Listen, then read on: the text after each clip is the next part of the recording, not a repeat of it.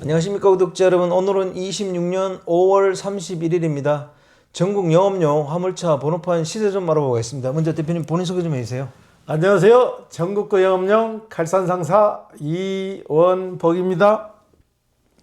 네, 대표님 이번 주에 화물차 번호판 시세 변화가 좀 있다면서요. 경기가 너무 없다 보니까 화물차를 팔려는 사람들이 계속 쏟아지다 보니까 소폭 하락했거든요. 개인 소형부터 말씀드릴게요. 개인 소형은 1.5톤 이하 2,800만 원에 거래되고 있는데요. 전주 대비 50만 원이 하락했습니다. 개인 소형 전기차 넘버는 2,700만 원, 전주 대비 이곳 역시 50만 원이 하락했습니다. 개인 중형은 1.5톤 초과 16톤 이하 2,350만 원, 전주 대비 100만 원 하락했습니다. 개인 대형은 3,600만 원, 트레일러는 5천만 원, 덤프오더는 3,750만 원에 거래되고 있습니다. 네, 대표님 개인 소형하고 개인 소형 전기차, 개인 중형이 다 내렸네요.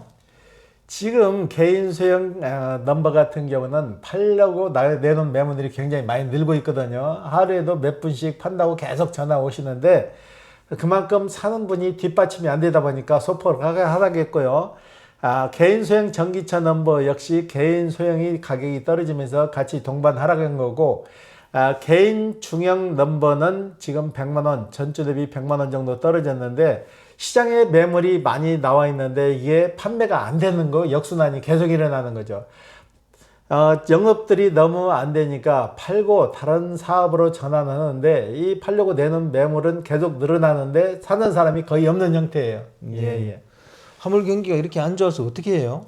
지금 지표상으로는 주가가 엄청나게 뛰어 오르고 반도체나 자가용과 자동차 같은 경우는 굉장히 경기가 좋다고 그러는데 이 지금 물동량이 없는 이유는 건설 경기 자체가 지금 거의 붕괴가 됐잖아요. 건설 경기가 있어야 물동량도 생기고 하는데 우리나라 산업 전반에 걸쳐 가지고 물동량 있는 구조의 산업이 지금 발전할지 못하기 때문에 지금 이런 현상이 갈수록 더 심화되는 거죠. 예. 네.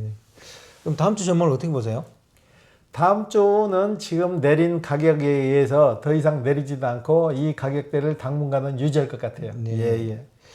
요즘 그래도 개인 소형은 좀 거래가 되는 편인가요? 개인 소형은 그래도 거래가 되는데 들어오는 매물이 더 많아요. 지금 네. 그러기 때문에 균형이 안 맞는 상황이다 보니까 소폭 내린 거죠. 네. 이번 주 화물차 매매건 중에서 기억에 남는 건이 있으면 얘기 좀 해주세요. 예, 이분은 67년생인데 자동차 부품을 납품 얻으시는 분인데요. 3.5톤으로 그분이 가지고 계신 차가 08년식으로 굉장히 오래됐죠. 낙후됐는데 이러는 과정에서 같은 동종에 일하시는 분끼리 서로 직거래를 해가지고 저희 사무실에 오셔가지고 저희가 거래를 해드렸는데요. 08년식 가지신 분 차량을 우리가 차량과 넘버를 매입하고 2021년식 더 좋은 차량으로 더 센 차량으로 서로가 직거래 형태로 해가지고 저희가 계약서를 해가지고 진행해가지고 구청에 지금 인가 들어갔는데 월요일 날이면 다 마무리되는데 이분 같은 경우는 서로 일자리까지 주고받아가지고 어느 정도 윈윈한 거래가 된 거죠. 그런데 이전하는 관계에서 어느 믿을 수 있는 매매 상사를 찾아가지고 계약서 쓰고 진행 과정을 다 맡겼는데 이분이 화물차를 파시고 새로 개인 택시 시장에 진입하시는 분이에요. 그래가지고 두 분이 저희 사무실에 오셔가지고 화물차는 직거래로 해서 다 마무리 해드렸고 08년식 가지고 계신 분은 저희가 매입을 해가지고 차량은 노후돼 가지고 저희가 수출로 발소를 해드렸고 번호판은 대구에 저희가 팔아가지고 다 마무리 해드렸고 그리고 화물차 2021년식 더센을 팔은 분은 저희한테 개인 택시를 사가셨어요. 네. 그래가지고 그 화물차 팔은 대금으로 개인 택시 계약금 중도금을 치르고 나머지는 지금 인가가 떨어져서 6월 2일 날 은행에서 대출로 해서 종결을 할 예정이에요. 예. 대표님 직거래는 어떻게 이루어지나요? 직거래는 매매 상사를 통하지 않고 개인과 개인끼리 어느 정도 가격을 조율해 가지고 와가지고 저희가 이전 관계만 도와드리는 거죠. 그리고 두 분들이 계약서를 쓰게 되면은 어느 정도 저희가 계약서를 관행계약서를 써주는 거죠. 계약서 3부를 작성해서 저희가 한 부 보관하고 파시는 분 한 분, 사시는 분 한 분 해가지고 세 군데서 서로 나눠가지고 대금도 저희를 통해서 주고 받고를 하게 되는 거죠. 네. 그러니까 부동산이나 똑같은 개념으로 보시면 돼요. 예. 대표님, 1톤 트럭을 사려는 분들이 가장 먼저 부딪히는 고민이 있습니다. 포터2냐 봉고3냐인데요. 오늘 두 차종에 대해서 인터뷰를 해보겠습니다. 먼저 포터2와 봉고3 두 차종이 같은 계열인데도 왜 둘 다 팔리고 있습니까? 선호도가 각기 제조사 선호도가 좀 틀리죠. 현대차와 기아차가 같은 계열사지만은 각각 독립적인 라인업을 유지하고 있기 때문인데요. 두 차종은 엔진과 기본 동력 전달 장치를 공유하고 있죠. 그러니까 엔진이나 미션은 똑같은 제조회사 부품이 다 똑같다는 얘기죠. 현대차로 가게 되면은 그 엔진 미션 똑같은 데에 대해서 현대차로 가면 현대차, 기아차로 가면 기아차로 분리가 되는데 장단점은 좀 있죠. 현대차 같은 경우는 승용 감각이 좀 뛰어나죠.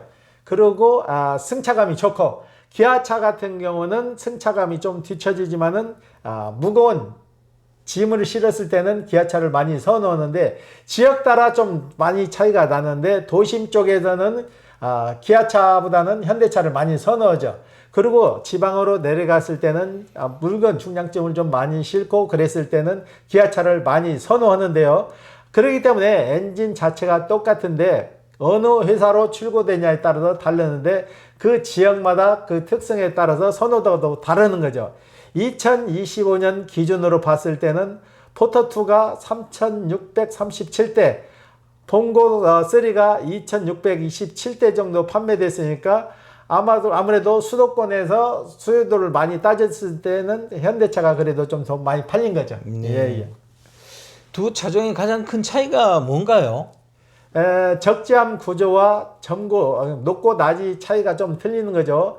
포터2는 적재함이 길고 높은 구조인 반면에 봉고3는 넓고 높이가 낮은 구조이죠. 그리고 기아차 같은 경우는 1.2톤이라는 그 중간 차량이 있어가지고 1톤보다는 좀 중량이 많은 물건을 실 수 있는 차량이 있으니까 현대에서는 1.2톤 자체가 생산이 안 되는데 기아에서는 1.2톤 생산을 해가지고 중량짐이나 부피짐이 좀 큰 짐을 실을 때는 1.2톤을 좀 많이 선호들 하시죠. 네. 예. 가격 차이는 어떻게 됩니까?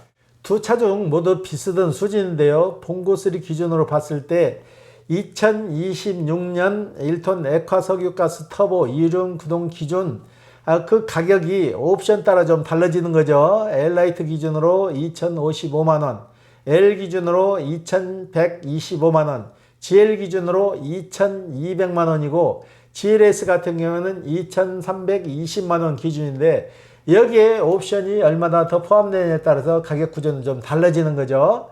그리고 포터2 같은 경우는 동일 트립 기준으로 비슷한 가격대를 형성하고 있는데요. 가격만은 두 차종 구별하기가 좀 어렵죠.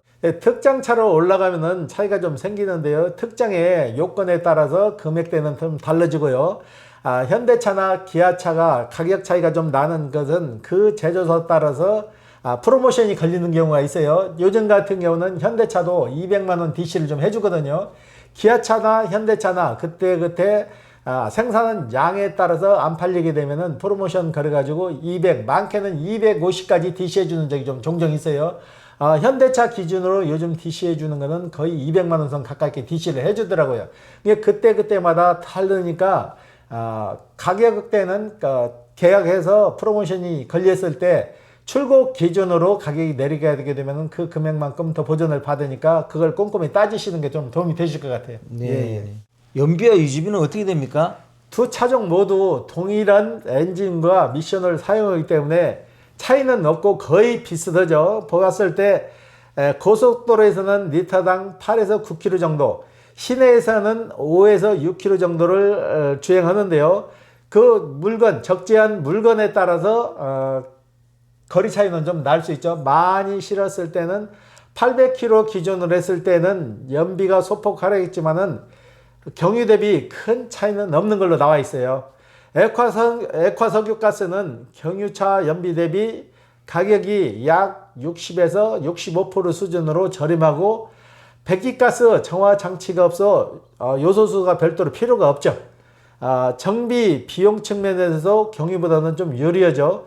충전 시간은 3분 이내로 전기 트럭 급속 충전 2시간에 비교하면 압도적으로 좀 빠르죠. 그러니까 경유차나 LP 차량이나 충전 소요 시간은 거의 비슷하다고 보는 거죠. 네. 예. 편의사양 쪽에서는 어느 쪽이 좀 낫습니까? 두 차종 모두 최근 편의사항이 크게 개선됐는데요. 봉고3 기준으로 2026년형에는 화각이 넓어진 전방 카메라가 적용돼 차량 보행자 외에도 자전거 탑승자까지 인식하는 전방 충돌 방지 보조 기능이 탑재되어 있죠. 최고 사양 기준으로 10.25인치 내비게이션, 스마트 키, 운전석, 열선 시트, 통풍 시트, 눈 밀러형, 하이패스까지 소형 승용차에 준하는 편의 장비까지 다 갖춰 있는 거죠. 포토2도 동일한 수준의 편의상이 갖춰져 있어 편의상만으로는 두 차종을 구별하기 어렵죠. 옛날에는 화물차가 거의 편의시설이 없었는데 요즘 승용차에 준하는 편의시설이 다 적재되어 있는 거죠. 그러니까 굉장히 좋아진 거죠. 네. 그렇다면 어떤 경우에 포토2를 어떤 경우에 봉고3를 선택하는 것이 맞습니까? 기사분님들이 선호하는 거는요. 포토2는 일반 택배나 소화물, 도심 단거리 물류에 적합하고요. 긴 적재함 구조로 긴 화물을 싣기 위해 유리하게 되어 있고 국내 점유율이 높고 추후에 중고차를 처분해도 봉고차보다는 가격을 좀 더 받을 수 있는 구조고요. 봉고3는 높이가 필요한 탑차나 융바디 작업, 무거운 화물을 자주 운송하는 경우에 유리하죠. 특히 1.2톤 라인업이 필요한 분들에는 봉고3가 유일한 선택지가 되는 거죠. 현대에서는 1.2톤 차량이 나오지 않고 봉고에서 1.2톤 차량이 나오니까 봉고 차량이 굉장히 유리하죠. 그러니까 봉고3는 신규 특장차 3종 추가 선택지가 더 다양해지는 거죠. 네. 중고 처분 시에도 두 차종 간 차이가 있습니까? 있죠. 포토2가 시장 점유율이 높은 만큼 중고 수요도 많고 같은 연식, 같은 키로수라면 포토2가 중고 시장에서 유리하죠. 봉고3는 신차 때 수출을 보냈을 때는 포토2보다 굉장히 또 가격이 유리한데 중고차 시장으로 갔을 때는 아무래도 매수 문의가 좀 적고 처분 시간이 좀 더 걸리죠. 다만 1.2톤 라인업은 봉고3만 있기 때문에 무거운 화물 운송이 조비인 분들한테는 봉고3 1.2톤 중고 수요가 좀 많이 나오는 거죠. 예. 마지막으로 1톤 트럭 구입을 앞두고 고민하는 분들에게 한 말씀 부탁 좀 드립니다. 포터나 봉고나 어떤 화물을 얼마나 자주 운송하냐를 먼저 따지는 게 좋은 거죠. 긴 화물 위주라면 포터, 높이가 필요한 탑차나 무거운 화물을 위주라면 봉고3가 유리하죠. 1.2톤이 필요하다면 봉고3가 유일한 선택지죠. 가격과 연비는 비슷하니까 본인의 업종과 운행 패턴에 맞는 적재함 구조를 선택하는 것이 핵심이죠. 특장차를 고려하는 분들은 두 차종의 특장 라인업을 직접 비교해서 선택하는 게 가장 현명한 방법입니다. 네. 오늘 인터뷰 감사드립니다. 네, 구독자 여러분, 오늘은 26년 5월 31일입니다. 개인 소형, 개인성 전기차, 개인 중형 번호판 값이 소폭 하락했습니다. 아무래도 화물 경기가 없다 보니까 이런 일이 벌어지는 것 같고요. 그리고 오늘은 이제 포토2와 봉고3 여기에 대해서 인터뷰를 해봤는데요. 포토2와 봉고3는 엔진은 같지만 적재함 구조와 라인업에서 차이가 납니다. 어느 쪽이 낫다기보다는 본인 업종에 맞는 차를 고르는 것이 핵심입니다. 오늘 내용이 그 차종 선택에 도움이 되길 바라며 인터뷰 마치겠습니다. 안녕히 계십시오. 호호 아재였습니다.